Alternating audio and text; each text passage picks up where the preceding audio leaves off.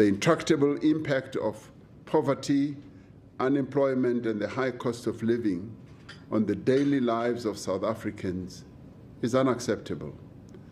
The persistence of low-growth economic growth, severe unemployment, and the impact of global trade instability requires that we should take action. We must therefore accelerate the pace and massively scale up the efforts that we need to take. We will focus on implementation and delivery. So it is going to be implementation, implementation, implementation. Specifically, we have identified 10 priority interventions to reignite growth in our economy. The first intervention is to use electricity tariffs and investment in transmission infrastructure, that is the grid, to drive economic activity.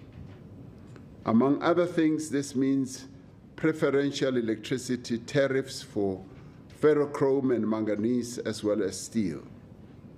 We will fast-track the transmission development plan to establish or to install 14,000 kilometers of transmission lines for our electricity grid. The second intervention is to accelerate the recovery of our freight and logistics sector. Progress is being made in this regard, but we want to fast-track this.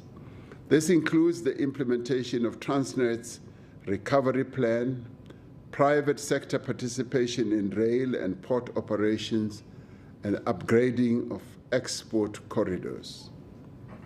The third intervention is to rebuild our chrome and manganese industries. We will finalize chrome and manganese export tariffs, implement defensive duties on